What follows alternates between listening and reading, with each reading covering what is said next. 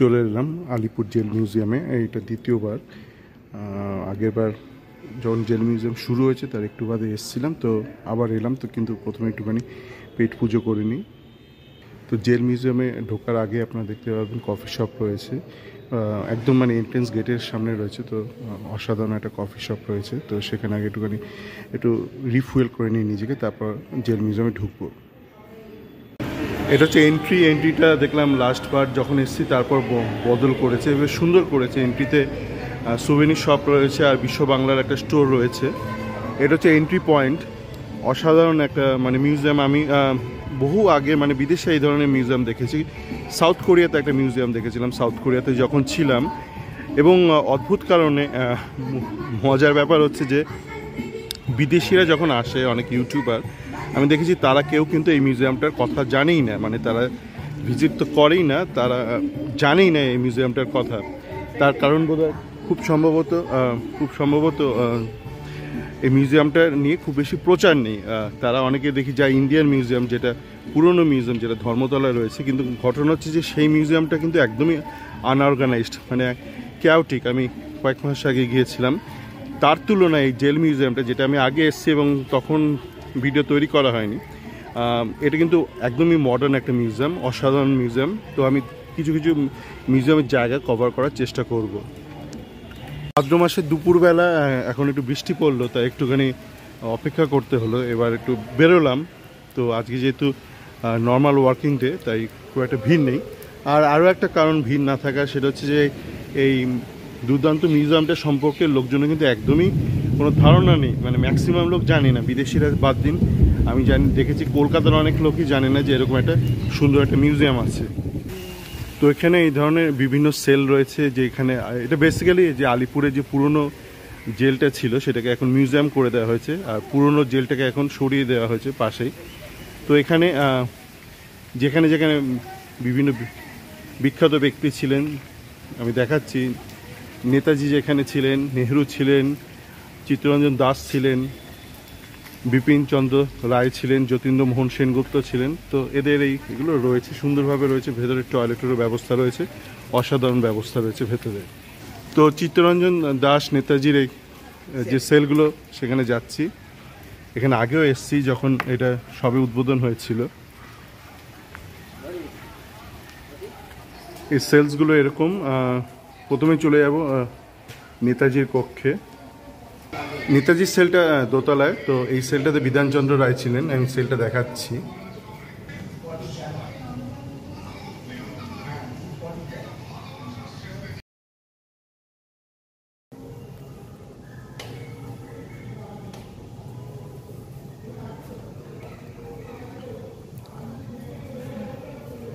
এটা হলো সুভাষচন্দ্র বোসের সেল। উপরে একটা ছোট্ট একটা জানলা, আর জানি না এখানে ইউরিনাল বা পটের কোনো ব্যবস্থা ছিল কিনা, বা নিয়ার এন্ডে আছে কিনা। তো এরকম কনস্ট্রাকশন, ছোট্ট ঘর। এটা দোতলায় রয়েছে।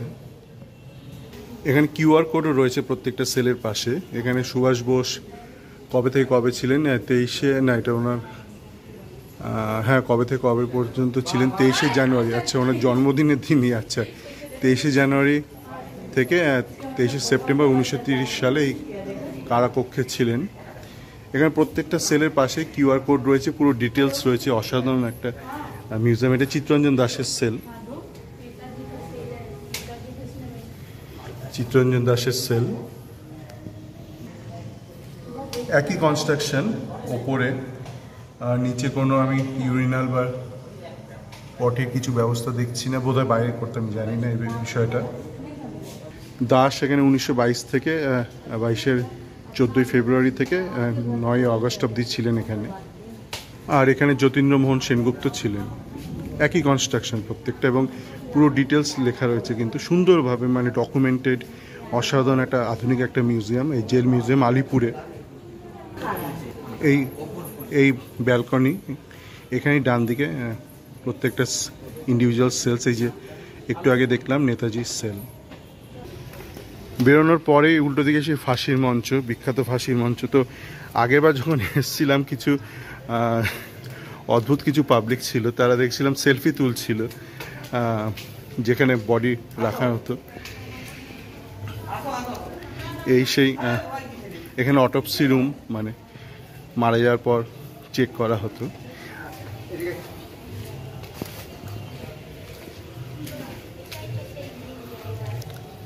তো এখানে একটু নীরবতা পালন করাই ভালো। এখানে ঘিরে দিয়েছে, আগামী গতবার যখন এসেছিলাম এই জায়গাটা ঘেরা ছিল না, এবং অনেকেই গিয়ে ওখানে গিয়ে সেলফি নিচ্ছিল। অদ্ভুত।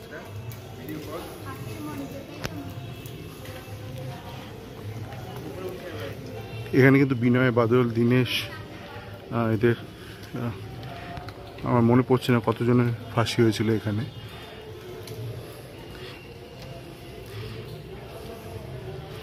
তো এই সেই ফাঁসির মঞ্চ। আর প্রথমবার যখন এসেছিলাম, এই যেটা সামনে দেখছেন এটা একটা ইনক্লাইন, এটার কাচের ওখান থেকে দেখা যায়, মানে নিচে যেখানে মানে ফাঁসির পর দেহটা ঝুলে পড়ে, তো ওটা খোলা ছিল এই জায়গাটা। আমি দেখছিলাম অদ্ভুতভাবে কিছু ব্যক্তি ওখানে গিয়ে সেলফি তুলছিল, যেটা এটা অসম্মান জানানো। মানে যারা মারা গেছেন সবাই তো ক্রিমিনাল নয়, অনেকে স্বদেশীও মারা গেছিলেন, যারা দেশের জন্য লড়েছেন, যাদের ফাঁসি হয়েছে। বিনয় বাদলরা তো রয়েছেন, তো এখানেই তাদের হয়েছে। এবং ওখানে গিয়ে সেলফি তোলাটা খুব একটা, মানে তাও দাঁত মুখ বার করে সেলফি তোলাটা মনে হয় না খুব একটা বোধ বুদ্ধির পরিচয়। তো জায়গাটা ঘিরে দিয়েছে, কিছু করার নেই। মানুষ যদি নিজে থেকে না জানে কীভাবে কোথায় এরকম ব্যবহার করতে হয়।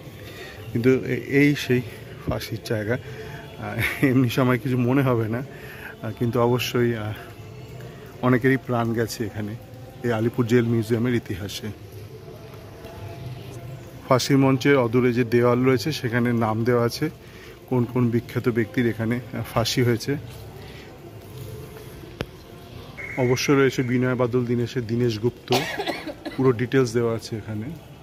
এইটা যদিও মিউজিয়াম আলিপুর জেলের সাথে সম্পর্কিত নয়, কিন্তু এখানে বলছে 1857 সালে সিপাহী বিদ্রোহের সময় কীভাবে পাবলিকলি মানে গাছের সাথে ফাঁসিতে ঝুলিয়ে দেওয়া হয়েছিল বিপ্লবীদের। প্রতিটা লেখা কিন্তু ইংরাজিতে রয়েছে এবং বাংলায় রয়েছে, এবং হিন্দিতে নেই, বা কোনো সংস্কৃতাইজড বাংলায় নেই, বা কোনো হিন্দিতে নেই, বা অন্য কোনো ভাষায় নেই। একদম বিশুদ্ধ বাংলায় রয়েছে, যে বাংলায় বন্দে মাতরম, যেই বাংলায় জনগণমন অধি লেখা হয়েছে সেই বাংলায় রয়েছে, এবং ইংরেজিতে রয়েছে। কোনো হিন্দি ভাষা নেই, বা কোনো উর্দু, আরবি আর কোনো ভাষাই নেই। নেশন রুম, মানে এখানে শেষ, মানে ফাঁসিতে যাওয়ার আগে এখানে খুব সম্ভবত রাখা হতো, মানে শেষে রাখতো না, মানে ফাঁসির যারা আসামি তাদের শেষে রাখতো কোথাও, এই সেই কন্ডেমনেশন রুম। তো আমাদের দেশের অনেকের কিন্তু রক্ত ঝরেছে এই দেশকে স্বাধীন করার জন্য, তার মধ্যে বাঙালি প্রমুখ, ঠিক আছে, বাঙালি, পাঞ্জাবি, বাঙালি সবচেয়ে বেশি আত্মদান বলিদান করেছেন। তো আশা করি গোটা দেশ সেটা মনে রাখবে, এবং সেই জন্য আরও বেশি বেশি করে কিন্তু এই আলিপুর জেল মিউজিয়ামের গুরুত্বটা বোঝা দরকার আছে। বাঙালির পক্ষে আগে বোঝা দরকার আছে, পরে অবাঙালিরা বুঝবে, বিদেশিরা বুঝবে, আগে বাঙালি তো বুঝুক। এই কন্ডেমনেশন রুমগুলো, এখানে বসে দীনেশ গুপ্ত কিন্তু 92টা চিঠি লিখেছিলেন। সেই চিঠিগুলো কোথায় আমাদের জানা দরকার আছে, আমাদের বাঙালিদের, আমাদের ভারতীয়দের জানা দরকার আছে। বিনয় বাদল, দীনেশের সে দীনেশ গুপ্তা নয়, হ্যাঁ, গুপ্ত, বাঙালি দীনেশ গুপ্ত, সেই তিনজনের একজনে কিন্তু এখানেই ফাঁসি হয়েছিল। এখানে সে ছিল দীনেশ গুপ্ত। এই কন্ডেমনেশন সেল, যাচ্ছি একটু, যতটা ভেতরে যাওয়া যায়। এই ঘরেই বসে 92টা চিঠি লিখেছিল দীনেশ গুপ্ত। কত বছর বয়সে মারা গেছিল দীনেশ গুপ্ত? 1911 জন্মে, যে বছর ভারতের রাজধানী সরে গেল কলকাতা থেকে 1931। 20 বছর, মনে রাখবেন, 20 বছর একটা বাঙালি ছেলে কিন্তু ভারতবর্ষের জন্য প্রাণ দিয়েছিল। সে বাংলা ভাষায় কথা বলতো, বাঙালি ছেলে, ঠিক আছে, ভারতের জন্য প্রাণ দিয়েছিল। নেহেরু সেলে ঢুকছি, এখানে নেহেরু ছিলেন।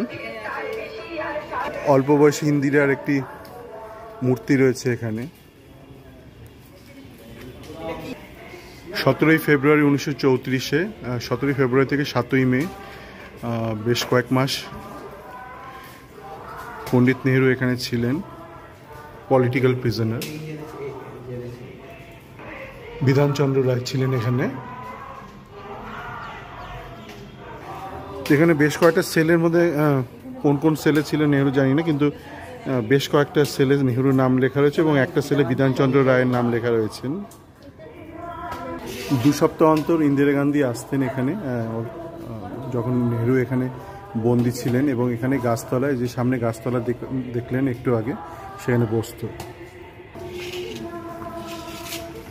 এখানে দেখলাম একটা ভালো একটা বইয়ের একটা দোকান ছিল, যেখানে থেকে প্রথমবার যখন এসেছিলাম কিছু বই কিনেছিলাম, কিন্তু দেখলাম ওরা বললো যে ওইটা উঠে গেছে, ওরা কিছুদিন বাদে বাদে এটা পরিবর্তন হয়, এবং সেখানে এখন ওরা এক্সিবিশন চালাচ্ছে। তো এখানে ওয়াশরুম টাশরুম রেস্টরুম সবই আছে।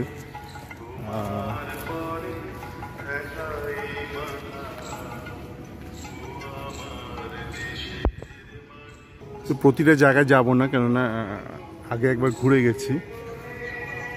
এটা ওয়াচ টাওয়ার একখানা।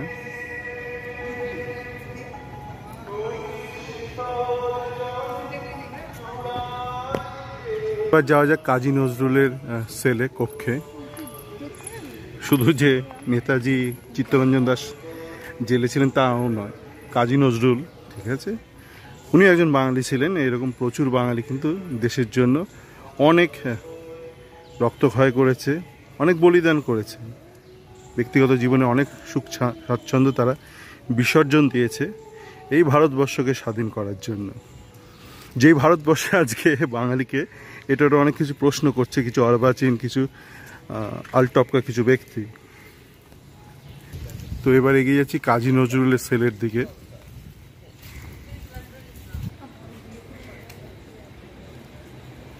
দেখি অন্তত নজরুলকে কিভাবে রেখেছে। না, নজরুলের ঘরটা একটু বড় অন্তত। ভেতরে এসি চলছে, ভেতরে একটা সুন্দর এক্সিবিশন রয়েছে নজরুলের।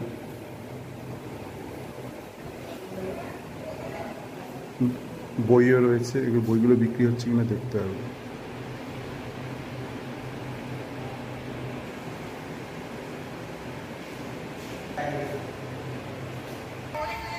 এরকম ভেতরে কিন্তু আরও অনেক এক্সিবিশন আছে, ভেতরে সুন্দর মানে অডিও ভিজুয়াল শো আছে, সেগুলো এবার যাব না, কেননা আগে একবার গিয়েছিলাম। কিন্তু আপনারা যদি আসেন সেগুলো দেখতে পারবেন। মোটামুটি ঘুরে ভালো করে দেখতে গেলে অন্তত 2 থেকে 3 ঘন্টা লাগবে। 2 ঘন্টা তো লাগবেই, অন্তত 3 ঘন্টাও লাগতে পারে, ডিপেন্ডিং আপনি কতক্ষণ সময় দিতে চান। এবং আপনার আসা উচিত, কেননা এখানে অনেক কিছু রয়েছে। আমি দ্বিতীয়বার এলাম বলে এবং আমার সাথে আরও অনেকে রয়েছে বলে এবার খুব বেশি ঘুরলাম না। প্রথমবার যখন এসেছিলাম পুরো খুঁটিয়ে দেখেছিলাম, সেই জন্য বললাম যে ভেতরে সুন্দর মানে এক্সিবিশন রয়েছে, অডিও ভিজুয়ালস রয়েছে, এরকম রয়েছে অনেক কিছু। একটু সময় নিয়ে আপনাকে ঘুরে দেখতে হবে। এই যে দেখছেন আশপাশে অনেক বিল্ডিং রয়েছে, এগুলো প্রত্যেকটাই দেখার মতন। তো এবার আমি দেখবো না, কিন্তু আপনাদের জাস্ট বলে রাখলাম কি রয়েছে ভেতরে। এরকম অনেক এক্সিবিশন চলছে। স্বামী বিবেকানন্দ এখানে ছিলেন না, তবু কিছু একটা বিষয় আমি ঠিক জানি না কি নিয়ে হচ্ছে। প্রদর্শনী কক্ষ, এক্সিবিশন হল, এরকম ভেতরে অনেক এক্সিবিশন হলও রয়েছে, সুন্দর অনেক স্ট্যাচুও রয়েছে ভেতরে। আর এখানে সন্ধেবেলা লাইট অ্যান্ড সাউন্ড শো হয়।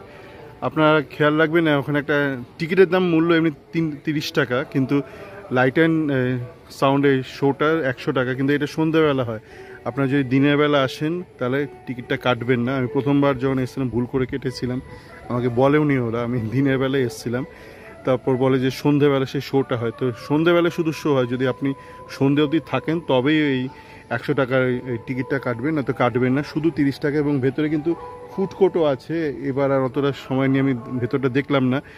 আর ঢোকার এন্ট্রেন্সে আপনার এই দুর্দান্ত একটা কফি শপ আছে, এবং কফি শপের নিচে সুভেনির শপ আছে। সুভেনির শপে অবশ্যই যাব, এবং একটা বিশ্ব বাংলারও একটা কিন্তু দোকান আছে এন্ট্রেন্সে। তো এবার আমি বেরিয়ে যাব, আশা করি আপনারা আসবেন এখানে। আর কিছু এই মুহূর্তে আর কভার করবো না, কারণ এটা আমার দ্বিতীয়বার আসা ছিল, এবং প্রথমবার ভিডিও করা হয়নি বলে দ্বিতীয়বার ভ্রমণের সময় একটা ছোট্ট একটা ভিডিও করলাম। এখানে অবশ্যই আসবেন, এটা একদম আধুনিক একটা মিউজিয়াম। আমি যেটা বলছিলাম মানে বিদেশে এই ধরনের মিউজিয়াম হয়, বিদেশ মানে ওই পাশ্চাত্য দেশে এরকম মিউজিয়াম হয়, ভারতবর্ষে এরকম হয় না। তো ভারতে কিন্তু এটা একটা গর্ব এই মিউজিয়াম। সকলে ভালো থাকবেন।